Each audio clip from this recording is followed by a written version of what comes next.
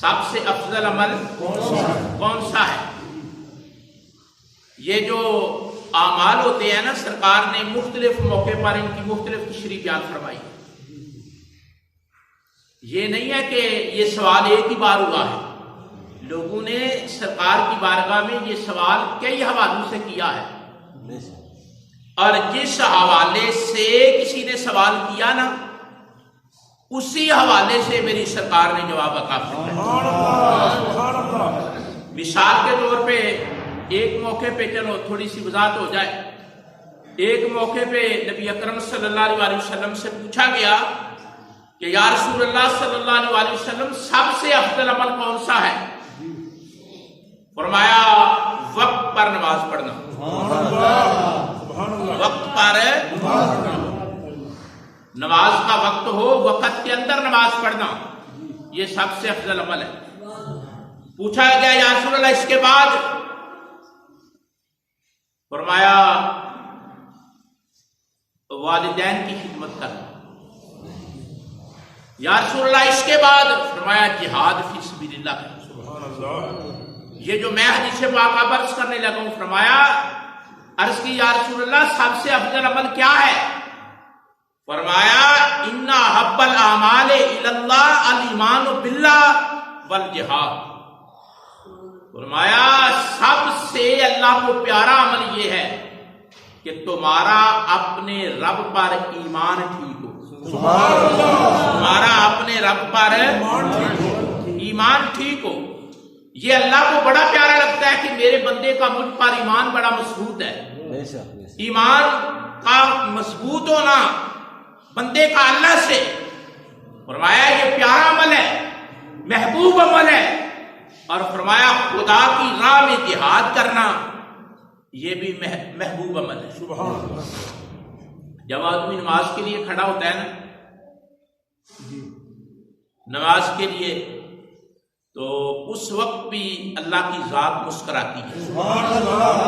جب آدمی ایسے اللہ اکبر کرتا ہے نا، اللہ کی قدرت، اپنی قدرت سے خدا مسکراتا ہے کہ میرا بندہ ہاتھ اٹھا رہا ہے، بس کر رہا ہے اور میری کبریائی بیان کر رہا ہے. اسی طرح مجاہد جب جہاد پر ہوتا ہے نا، دشمن کے سامنے ہوتا ہے، تو قدرت مسکراتی ہے کہ میرے حکم پر جان قربان کر رہا ہے. نماز کے لیے کھڑا ہونا اور جہاد یہ محبوب عمل ہے. محبت جو ہے نا، اس کا لفظ قرآن میں، حدیث میں اور قرآن میں محبت کا لفظ آیا ہے، اس کا لفظ اس کی ایک وجہ، اس کی عشق کا لفظ استعمال ہوتا ہے، لیکن عشق میں بعض دفعہ آدمی اپنی مرضی کر جاتا ہے، محبت میں اپنی مرضی نہیں ہوتی. اس لیے اللہ کہتا ہے کہ میرے رسول سے اور مجھ سے محبت کرو، اپنی مرضی نہ کرنا، جو میری اور میرے رسول کی مرضی ہے وہ کرنا. سبحان اللہ. جو میری مرضی ہے اور میرے رسول کی مرضی ہے وہ کرو. یعنی محبت سے آگے عشق کی منزل ہے، لیکن عشق میں مرضی کا دخل ہو جاتا ہے.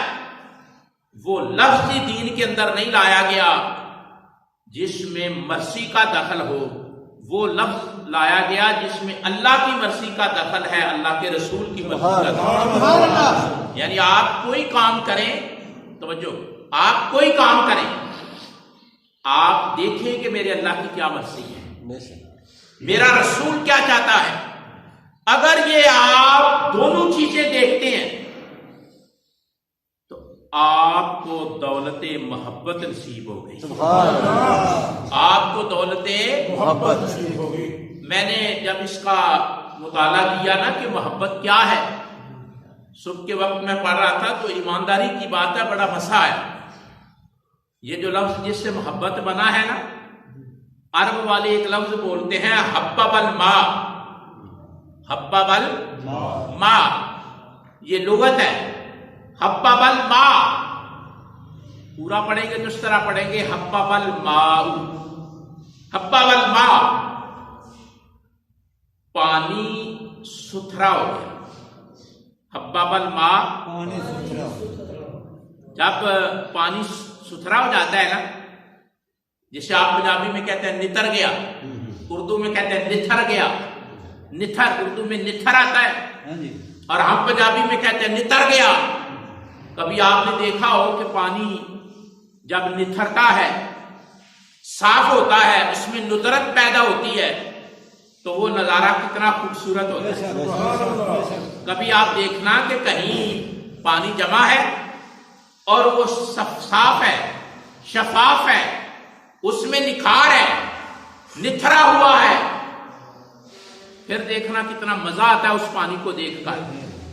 عرب والے جب اس پانی کو دیکھتے نا تو فرماتے حبب الماء پانی نتھر گیا پانی نتھر گیا یعنی صاف ہو گیا. یا ان کا اونٹ جب گھٹنے ٹیک دیتا نا توجہ ہے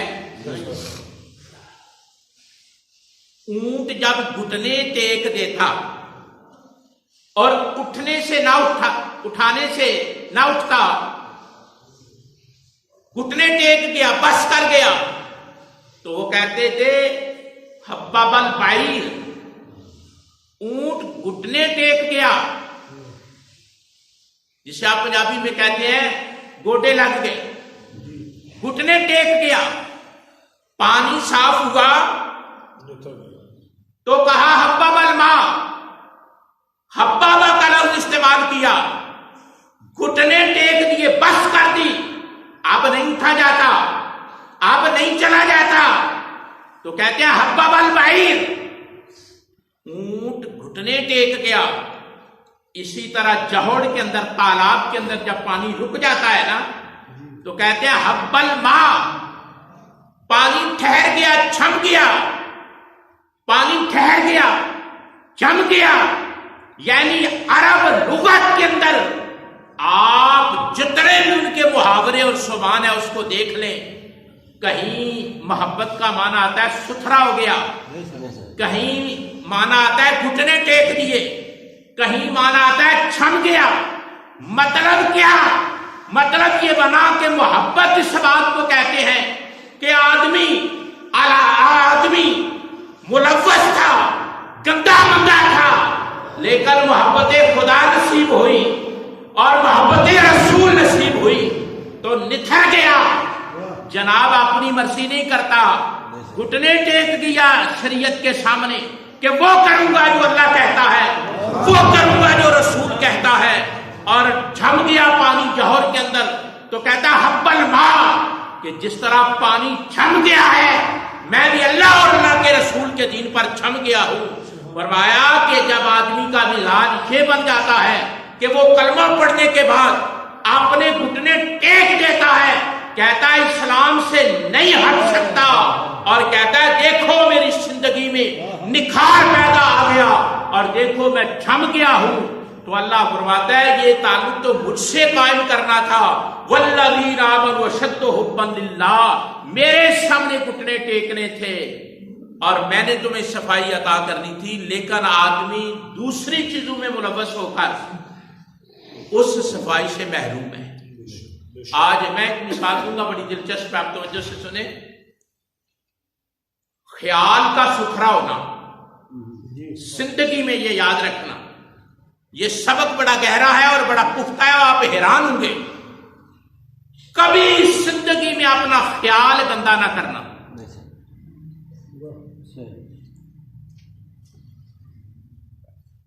کبھی زندگی میں گندا خیال نہ سوچنا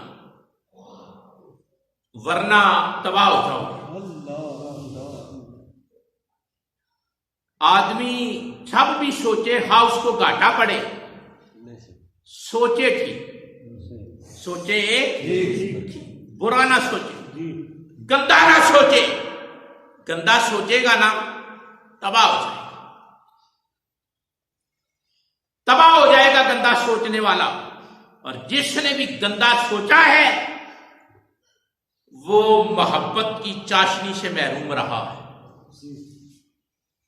وہ محبت کی اسے اللہ سے محبت نہیں ہو سکتی اللہ کے رسول سے محبت گندا سوچنے والا آدمی کبھی محبت کی لذت کو پا سکتا نہیں. امام شافعی کا دور تھا وقت تھا جب امام شافعی ہوئے. یہ مثال آپ نے سننی ہے اور اس پہ غور بھی کرنا ہے. جو چیف جسٹس تھا نا، چیف جسٹس، اس نے ایک دن پیغام بھیجا کہ میری بات سنی جائے. امام شافعی کو پیغام بھیجا. آپ عالم تھے، امام تھے فقہ کے، امام شافعی رحمۃ اللہ تعالی نے. چیف جسٹس نے پیغام بھیجا. آپ نے فرمایا اسے کہو کہ عالم کو ضرورت نہیں ہے ان کھاتوں کی، عالم کو ضرورت نہیں ہے نہ کھاتوں.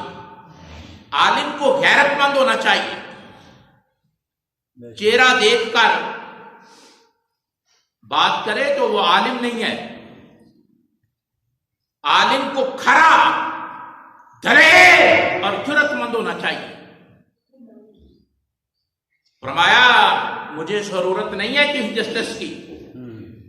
ٹھیک ہے. پھر اس نے پیغام بھیجا کہ جناب کوئی ایسی بات نہیں ہے، میں پھنس گیا ہوں، میں پھنس گیا ہوں. کوئی مسئلہ ایسا ہے، آپ کے علم کی روشنی میں میں نکلنا چاہتا ہوں. فرمایا ہاں اب میں آؤں. اب میں، اگر کوئی اور بات ہے تو میں نہیں آتا، لیکن اگر کوئی پھنس گیا ہے، کوئی فیصلہ ایسا ہے کہ میرے علم سے اس میں آسانی ہو سکتی ہے تو میں آتا ہوں. تو آپ گئے، چیف جسٹس کے پاس گئے. جا کر اس سے پوچھا تو چیف جسٹس کہنے لگا کہ میری عدالت میں کیس آیا اور بڑا انوکھا کیس ہے، آج تک میں نے ایسا کیس نہیں دیکھا. کہا جناب کون سا ایسا کیس آ گیا ہے، ایسا مقدمہ کون سا ہے؟ کہا کہ ایک ایسی عورت ہے جو شہر میں گھومتی ہے اور 6-7 مہینوں لگتا ہے کہ اس نے غسل نہیں کیا، اس کے بال پراگندہ ہیں، تکنے کو جی نہیں چاہتا، بڑے فاصلے پر کھڑی ہو تو بدبو آتی ہے، اور بڑی گہری میل جمی ہوئی ہے اس کے جسم پر. لیکن اس نے مقدمہ کیا ہے میری عدالت میں آ کر کہ میں ماں بننے والی ہوں. میں تو مجھے وہ آدمی چاہیے،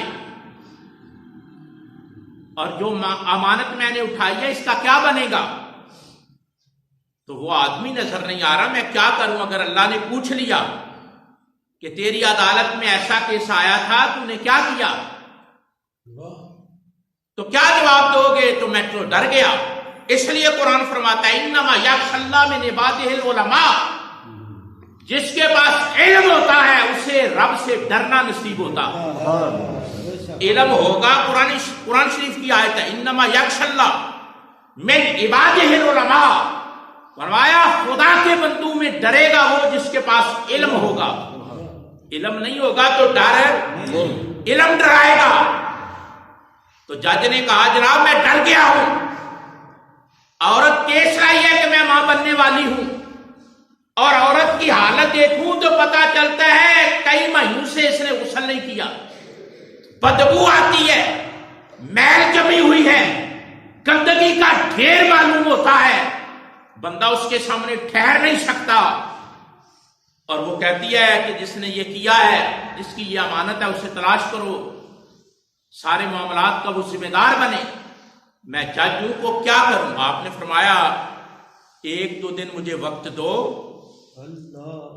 میں تمہیں اس کا حل بتاؤں گا. کوشش کرتا ہوں جو علم رب نے مجھے دیا ہے اس کی روشنی میں کوشش کروں. جب 2-3 دن کا وقت گزرا نا تو امام شافعی عدالت میں آئے. فرمایا میں نے مسئلہ حل کر لیا ہے، میں نے مسئلہ حل کر لیا ہے، علم کی روشنی میں میں نے مسئلہ حل کر لیا ہے، بندہ ٹریس کر لیا ہے. جج تو حیران ہو گیا، کہنے لگا حضرت کیسے؟ آپ نے فرمایا آپ نے اللہ کے دیے ہوئے علم کی روشنی میں، خدا نے مجھے جو علم دیا ہے نا اس کی روشنی میں میں نے آپ کا مسئلہ حل کر لیا ہے. جج نے کہا کہ میں پہلے ہی سوچتا تھا کہ روئے زمین پر اس وقت امام شافعی ایک ایسا آدمی ہے کہ خدا نے اسے ایسا علم دیا ہے اپنے علم کی روشنی میں میری رہنمائی کرے گا. جج کہنے لگا بتائیے حضرت کیسے مسئلہ حل کیا ہے؟ اب فرمانے لگے میں 2 دن شہر میں گھومتا رہا، شہر میں گھومتا رہا.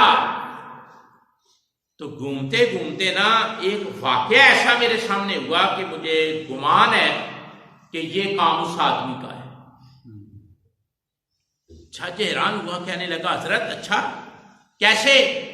آپ نے فرمایا وہ جو فلاں جگہ دکان ہے نا، شہر میں فلاں جو دکان ہے، اس دکان کا جو مالک ہے نا، لگتا ہے اس نے یہ کام کیا ہے.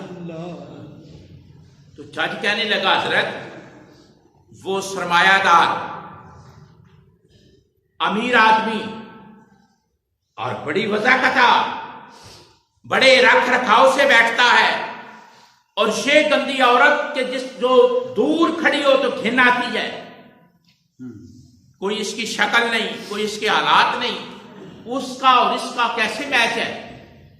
امام شافعی نے جو فرمایا کہ میں نے ایک گمان کیا ہے، ریسرچ کیا ہے، تحقیق کیا ہے، میرا وجدان کہتا ہے کہ وہی آدمی ہے.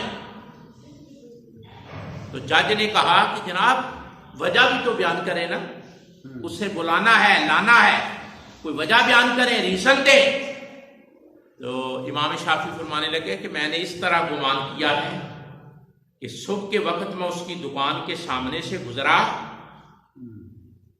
اس نے دکان کھولی اور دکان کھول کر بیٹھا، میں اس کو تاڑتا رہا، ہر آدمی کو میں تاڑ رہا تھا اپنے علم کی روشنی. تو اس نے کچھ لکھنا چاہا تو اپنا قلم دوات کی طرف کیا، تو دوات کی جو سیاہی تھی وہ خشک تھی. تو میں نے دیکھا کہ وہ آدمی اٹھا اور اٹھ کر باہر نکلا دکان سے، اور باہر نکل کر جو دکان کے نیچے سے گندا نالا بہ رہا تھا نا، اس گندے نالے سے اس نے دوات کو ایسے کر کے پانی ڈال لیا. تو میں نے سوچا کہ جس آدمی کا خیال اتنا گندا ہے، جس آدمی کا خیال اتنا کہ لکھنے کے لیے جو سیاہی ہے اس میں پانی گندے نالے سے ڈال رہا ہے، بے شک اس نے کپڑے ستھرے پہنے ہیں، بڑے رکھ رکھاؤ سے بیٹھا ہے، کرسی پہ بیٹھا ہے، بڑا باوجہ لگتا ہے، لیکن اس کا خیال اتنا گندا ہے کہ اس نے لکھنے کے لیے دوات جو ہے اس کو نالی سے بھر لیا ہے. تو جج صاحب میرے ذہن نے یہ فیصلہ کیا ہے کہ جو آدمی لکھنے کے لیے دوات میں سیاہی گندے نالے سے پانی لے لیتا ہے سیاہی بنانے کے لیے، وہ آدمی اس طرح کی حرکت کر سکتا ہے، اس کا خیال، اس کا عمل یہ بتا رہا ہے. تو جب جج نے اس آدمی کو گرفتار کروایا، طلب کیا، تو وہی آدمی تھا. جج صاحب نے کہا اے امام تیرے علم کو سلام ہے. آپ نے فرمایا کہ میں نے اعمال دیکھے ہیں، میں نے خیال دیکھے ہیں، اور یہ سبق انسانی تاریخ میں رقم ہو گیا کہ تمہارا گندا خیال تمہیں تباہی تک لے جا سکتا ہے. کبھی زندگی میں خیال کو گندا نہ کرنا، ہمیشہ خیال ستھرا رکھنا. ستھرا خیال رکھو گے دین بھی بچ جائے گا، تمہاری دنیا بھی بچ جائے گی. نعرہ تکبیر، نعرہ رسالت، نعرہ حیدری، علماء اہل سنت. خیال جو ہے نا آدمی کا، اب میری طرف دیکھو نا، خیال آدمی کا ستھرا ہونا چاہیے. خیال گندا ہوتا ہے تباہی وارد ہو جاتی ہے. کبھی تنہائی میں اس لیے فرمایا پاک کون ہوا، پاک کون ہوا، پوچھا گیا پاک کون ہوا، فرمایا جس کی تنہائی پاک ہو. سبحان اللہ.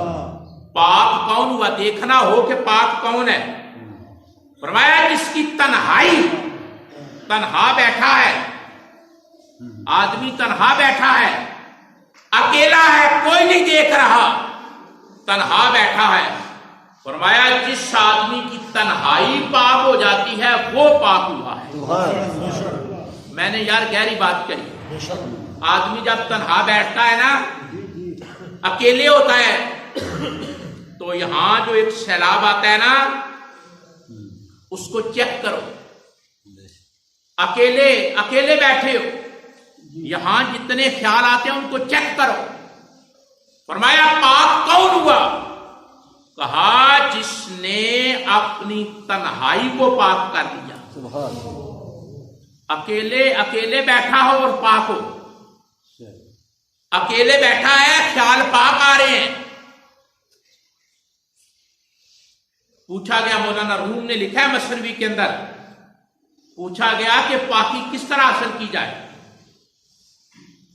کس طرح پاک کیا جائے ذہن کو، خیالوں کو۔ اگر یہ فلم ذرا سی بھی لیک ہو جائے نا تو لگ پتا جائے کیا کیا خیال آتے ہیں۔ یہ تو آدمی سوچتا ہی نہیں نا کہ اس کو بھی پاک کرنا ہے۔ ویسے میں آپ کو بتا دوں، اگر تھوڑی سی بھی لیکیج ہو نا اس فلم کی، یہاں جو کچھ چلتا ہے، اٹھتا ہے، طوفان آتا ہے، یہاں جو کچھ مچلتا ہے، اگر 1% بھی انسان کے ذہن کا گند انسان کو دکھا دیا جائے تو ڈوب کر مر جائے۔ اس لیے فرمایا سینوں کو پاک کرو، خیال پاک کرو۔ مولانا روم رحمت اللہ تعالی علیہ نے مصنوی کے اندر لکھا ہے کہ ذہنوں کو پاک کس طرح کیا جاتا ہے۔ پھر وہ ایک حدیث لائے ہیں، طریقہ بتایا ذہنوں کو پاک کرنے کا۔ فرمایا کہ اگر ذہنوں کو پاک کرنا چاہتے ہو، کیوں کہا اللہ نے قرآن مجید میں وَيُزَكِّيهِمْ، میرا رسول پڑھاتا بھی ہے، سناتا بھی ہے، لیکن ان سب سے بڑھ کر میرے رسول کا یہ کام ہے کہ وہ لوگوں کے ذہن پاک کرتا ہے، لوگوں کے ذہن اور رسول اکرم کی ذمہ داریوں میں سے ایک ذمہ داری تھی لوگوں کے ذہن پاک کرنا۔ لوگ کہتے ہیں کہ ذہنوں کو چھیڑا ہی نہ جائے، ہمارے ذہنوں کو چھیڑا ہی نہ جائے، کوئی بات ہی نہ کرے ہمارے ذہنوں کی، ہمارے درست ہونے کی بات کوئی کیوں کرے؟ لیکن جب تک آپ اپنا خیال پاک نہیں کرتے، سوچ پاک نہیں کرتے، آپ تباہی کی طرف جائیں گے۔ سوچ اور خیال پاک کریں گے تو آپ اپنا ایمان بچا لیں گے۔ آپ اپنا کبھی بھی گندا نہ سوچیں، یہ میں بار بار کہہ رہا ہوں، ویسے نہیں کہتا، بڑا میجر پرابلم ہے گندا سوچنا۔ فرمایا ستھرے آدمی کی نشانی یہ ہے کہ اس کی تنہائی پاک ہو، اکیلا بیٹھا ہو، کوئی برا خیال نہ آئے۔ فرمایا یہ پاکی کی علامت ہے۔ پوچھا گیا یا رسول اللہ یہ پاکی کیسے حاصل ہو؟ فرمایا سبحو ہو، سبحو، اپنے رب کی پاکی بیان کرو، وہ خود پاک ہے، اس کی پاکی بیان کرو گے تم پاک ہو جاؤ۔ فرمایا وہ خود پاک ہے، اس کی پاکی بیان کرو، سبحو ہو، تسبیح بیان کرو، کہا کرو جب چلتے اٹھتے بیٹھتے پھرتے، سبحان اللہ، سبحان اللہ و بحمدہ، سبحان اللہ العظیم، سبحان اللہ۔ فرمایا اس کی پاکی بیان کرو، وہ جو پاک ہے تمہارے خیالوں کو پاک کر دے، وہ جو پاک ہے تمہارے خیالوں کو۔ اچھا جب تم یہ کہتے ہو کہ اللہ پاک ہے، سبحان اللہ کا ترجمہ یہ اللہ پاک ہے، تو تمہارے کہنے سے وہ پاک ہوتا ہے؟ وہ تو ہے ہی پاک، وہ تو ہے ہی۔ تو جب ہم کہتے ہیں نا وہ پاک ہے تو وہ خوش ہوتا ہے کہ میری پاکی تسلیم کر رہے ہیں، میں انہیں پاک کر دوں جو مجھے پاک کہہ رہے ہیں۔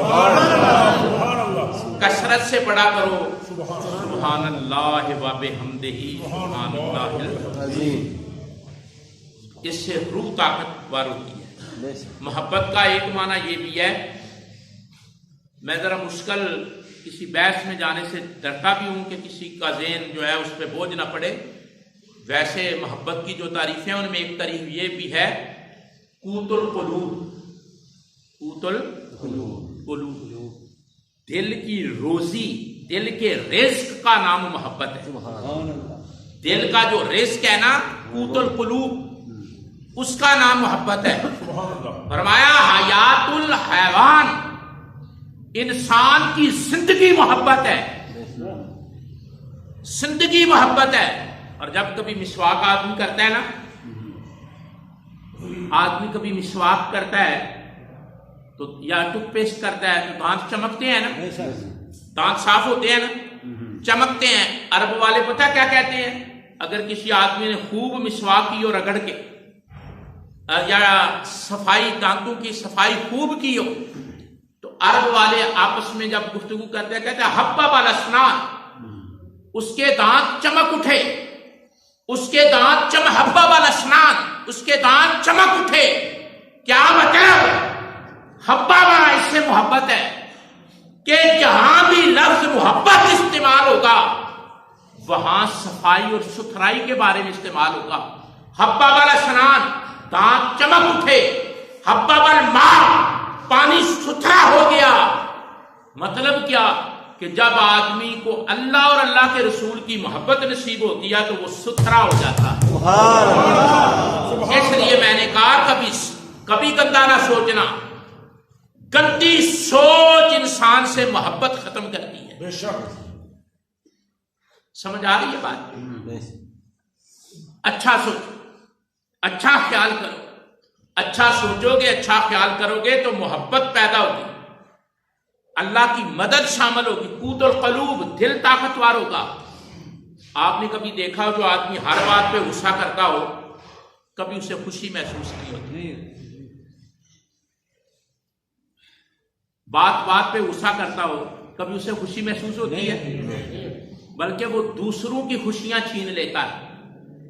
اسی طرح جو آدمی حسد کرتا ہے، چلتا ہے، آپ کبھی اس کو خوش نہیں دیکھیں گے۔ حاسد آدمی کو، جلنے والے آدمی کو آپ کبھی خوش نہیں دیکھیں، بے شک۔ آپ تجربہ کریں اپنے گاؤں میں، اپنے دوستوں میں، جو جلنے کا عادی ہے اسے کبھی خوشی نہیں ہوتی۔ اسی طرح جو وسیلہ ہے، تیسرا فرمایا جو نفرتیں تقسیم کرتا ہے، نفرت بانٹتا ہے، نفرت تقسیم کرتا ہے، اپنوں میں، سوسائٹی میں، دوستوں میں لگائی بجائی کرتا ہے، ایک دوسرے سے دل دور کرتا ہے، فرمایا کبھی خوشی محسوس نہیں ہوتی، کبھی خوشی محسوس ہے۔ جسے بھی خوشی محسوس ہوگی جذبہ محبت سے، جذبہ محبت سے ہوگی۔ فرمایا یحبہم کا حب اللہ، او میرے بندو، جس طرح مجھ سے تم نے پیار کرنا تھا نا، وہ پیار تم نے دنیا کی چیزوں سے شروع کر دیا ہے، بعد آ جاؤ والذین آمنوا اشد حبا للہ، چیزوں کی محبت کو کم کرو، میری محبت کو بڑھا دو، میری محبت کو۔ اب آپ فیصلہ کریں، جتنے لوگ یہاں آئے ہو اللہ آپ کو سلامت رکھے۔ ٹائم ہوا چاہتا ہے کہ میں بھی فیصلہ کروں، آپ بھی فیصلہ کریں، اور اپنی بہتری کے لیے کریں، بغیر بتائے فیصلہ کریں اپنے دل سے کہ میری زندگی جو گزر رہی ہے کیا اللہ کی محبت والا پلڑا بھاری ہے یا چیزوں کی، رشتوں کی، برادری کی، تجارت کی، کاروبار کی محبت والا پلڑا بھاری ہے۔ کسی سے پوچھنے کی ضرورت نہیں، آپ کا دل 100% صحیح فیصلہ دے دے گا۔ اگر آپ کے دل میں اولاد کی محبت منع نہیں، کاروبار کی محبت منع نہیں، بال بچے سے محبت منع نہیں، بہن بھائیوں سے محبت منع نہیں، کاروبار، زمینداری، جو جاب جو بھی کرتے ہیں اسے محبت کریں، لیکن یہ یاد رکھیں کہ ان کی محبت کا گراف اللہ اور اللہ کے رسول کی محبت سے نہ بڑھ جائے۔ یہ گراف ذہن میں رکھیں، اگر بڑا ہوا ہے تو ابھی بھی فیصلہ کر لیں۔ اللہ نے 2 لفظ استعمال کیے ایسے آدمی کے لیے، مایا گھنٹا ہے اور ظالم ہے۔ یہ جو میں نے مثال دی تھی نا خیال صاف رکھنے والی، ویسے نہیں دی، فرمایا گھنٹا ہے اور ظالم ہے۔ جس آدمی کے باطن میں گندگی ہوتی ہے اور ظلم ہوتا ہے، وہ آدمی دنیا کی چیزوں سے محبت بڑھا کر اللہ کو پیچھے کر دیتا ہے، اور جو ستھرا ہوتا ہے، صاف ہوتا ہے، دین کے سامنے ڈٹا ہوا ہوتا ہے، دین کو تسلیم کر لیتا ہے، فرمایا وہ ساری محبتیں نبھاتا ہے لیکن اللہ اور اللہ کی رسول کی محبت بڑھاتا ہے۔ اللہ اور اللہ کے رسول کی محبت۔ چلو آخری جملہ سن لو۔ حضرت علی سے پوچھا گیا عقل مند کون ہے؟ حضرت علی سے پوچھا گیا سیاڑا کون ہے؟ تسی سارے سیاڑے، ہاتھ رکھن دی دیر ود تو ود سیانے ہو، لیکن حضرت علی بہت سیانے تھے۔ آپ سے پوچھا گیا کہ سیانا کون ہے، عقل مند کون ہے؟ آپ نے جو تعریف کی ہے نا، آپ نے فرمایا جو عدل کرے، انصاف کرے، بس فرمایا وہ سیانا ہے جو انصاف کرے،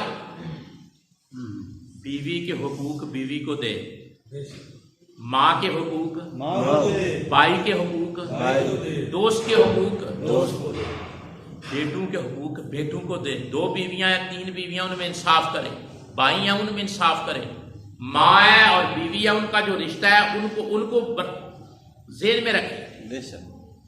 حضرت علی کا یہ جملہ جو ہے نا کہ عقل مند وہ ہے جو عدل کرے، عدل کرنے والا عقل مند ہے۔ اب آپ کہیں گے کہ اس کا تعلق آپ ہمارے مضمون سے کیا؟ اس کا تعلق یہ ہے کہ آپ محبت کرتے ہیں اپنی تجارت سے، آپ محبت کرتے ہیں اپنے مکان سے، آپ محبت کرتے ہیں بیوی سے، آپ محبت کرتے ہیں اولاد سے، آپ محبت کرتے ہیں ماں باپ سے، آپ محبت کرتے ہیں اپنے رشتہ داروں سے۔ ہر چیز اپنی جگہ پر رہے اور سب سے اوپر اللہ اور اللہ کا رسول رہے، یہ دانائی کی علامت ہے۔ سبحان اللہ۔ یہ کیا ہے؟ یہ دانائی۔ یہ وجہ ہے کہ جو شیعہ مذہب ہے نا، انہوں نے 6واں رکن اسلام کا عدل لکھا ہے۔ ہمارے 5 ہے نا، تو وہ 6واں لکھتے ہیں، کہتے ہیں عدل۔ حضرت علی کی اس قول کو لائے، فرمایا عیسائی واحد مذہب ہے، یہ بڑی گہری باتیں ہیں، عیسائی واحد دنیا میں مذہب ہے جو عقل کو تسلیم نہیں کرتا۔ عیسائی واحد مذہب ہے دنیا میں جو عقل کو تسلیم نہیں کرتا، اور اسلام جو ہے حضور نے فرمایا عقل میرے دین کی بنیاد ہے، عقل میرے دین کی بنیاد ہے۔ اور پوچھا کہ عقل مند کون ہے؟ فرمایا جو عدل ہے۔